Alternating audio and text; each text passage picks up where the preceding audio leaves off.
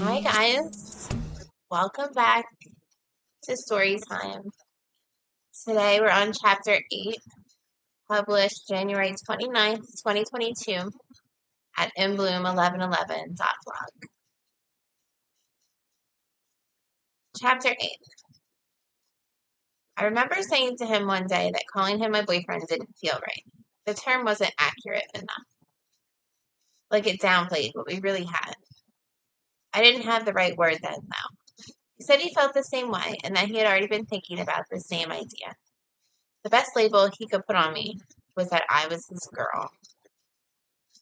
It would take us a long time to say out loud that we knew we were soulmates, although now I feel that's not quite it either. We both felt it though and always alluded to it. Like I said, it's clear now on some level he knew it first. There was always this mysterious hint of something spiritual around us, following us. It was more of an inner knowing than anything else, mixed with some eerie synchronicities that would scare the shit out of you if you didn't know what was happening, which happened to be the case with each of us at times. By the end of the summer, there was a shift, like a creeping, thick wave of fog beginning to swirl around my ankles, and then slowly circling up and around my body.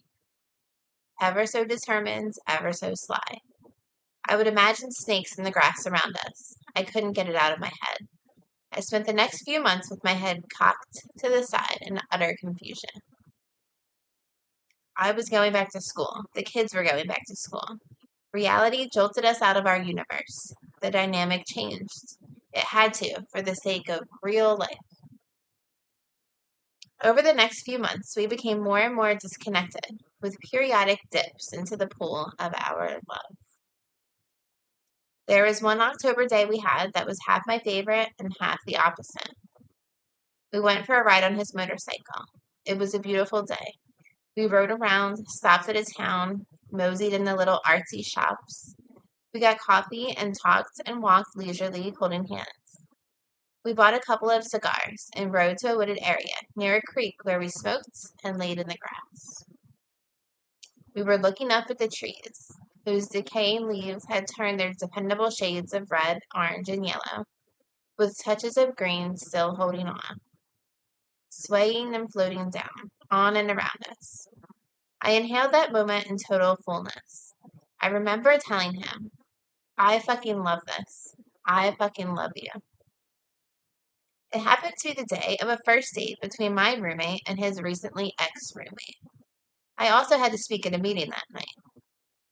We made plans to meet up with our roommates for dinner and drive to the meeting together. I remember my love saying that he didn't want to do it, that something didn't feel right. It was going to end badly. From the very beginning, he didn't trust my roommate, and I didn't trust his. He felt that there was something about her that wasn't right. I felt the same.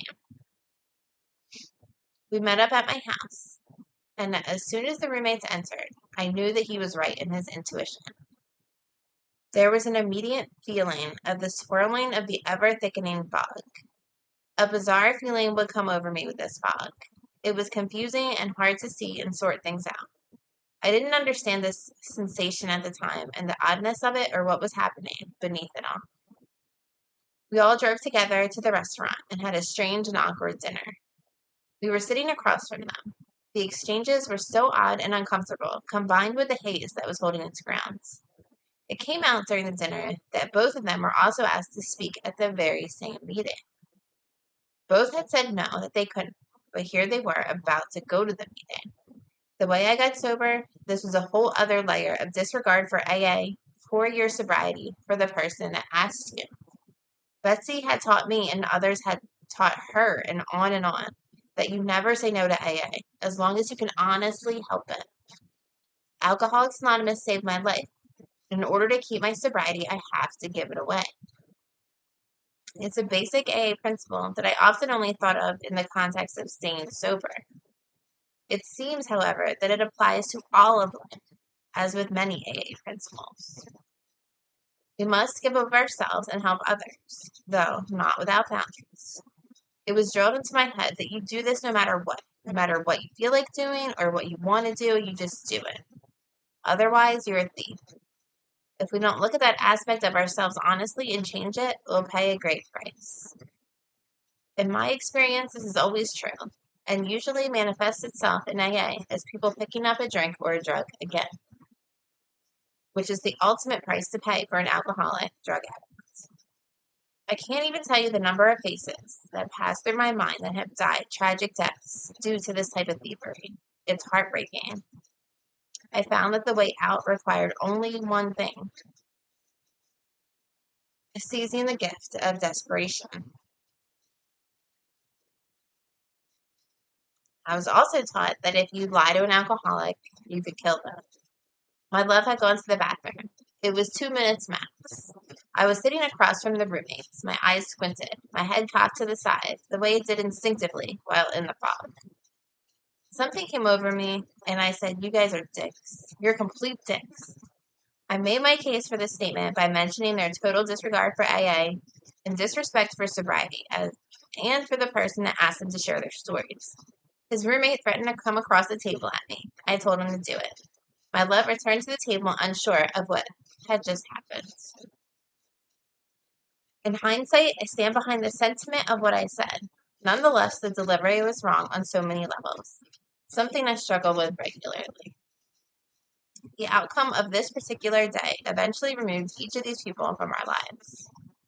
It started to happen anyone or anything shadowy in our external lives, or things that were buried within the depths of ourselves will come bubbling to the surface, disturbing the taste of the pure, fresh water that was the truest us, acting as sticks, stirring and circling and unearthing everything that was to be faced eventually. If it didn't serve the highest good of all involved, it had to go.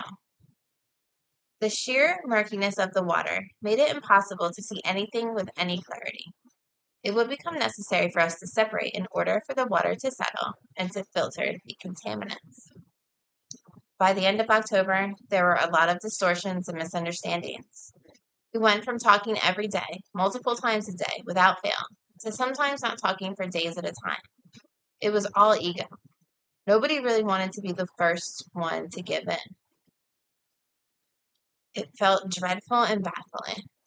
One day he texted me, what a tragedy, star-crossed lovers. And it was a terrific tragedy. I didn't know what to do. I was feeling more lost with every day that passed. He was slipping away as I started bending further and further, trying so hard to hang on, being the one frantically trying to get us back, to get back to our universe. I was at his house one night during this madness, attempting to fix a problem I couldn't comprehend. I was trying to talk to him, pleading with him to help me to help us. I felt out of control, powerless, confused, and so very hopelessly sad and alone. He looked at me and told me not to look at him with those love eyes. I couldn't recognize the person I was talking to anymore. The man I loved was sitting right in front of me, but nowhere to be found.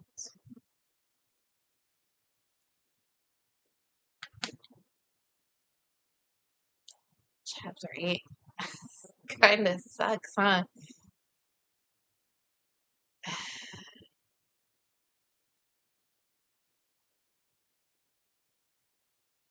Yeah, that was brutal. It was fucking brutal to be in a relationship like that.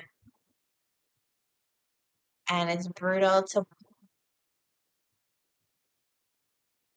watch someone you love get lost. And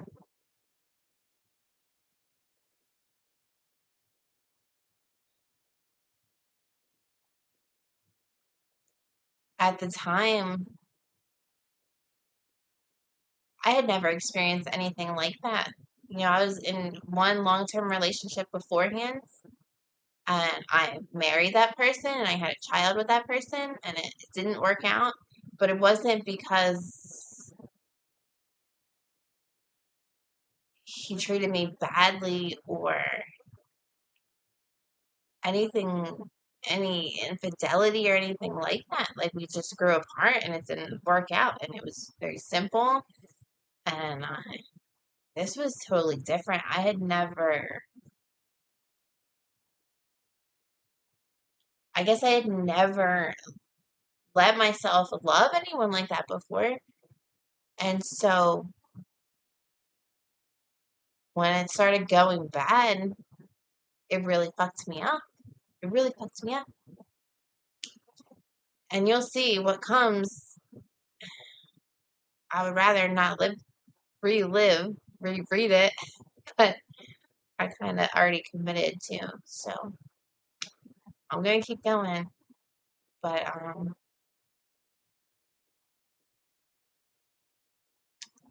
yeah, that's chapter 8.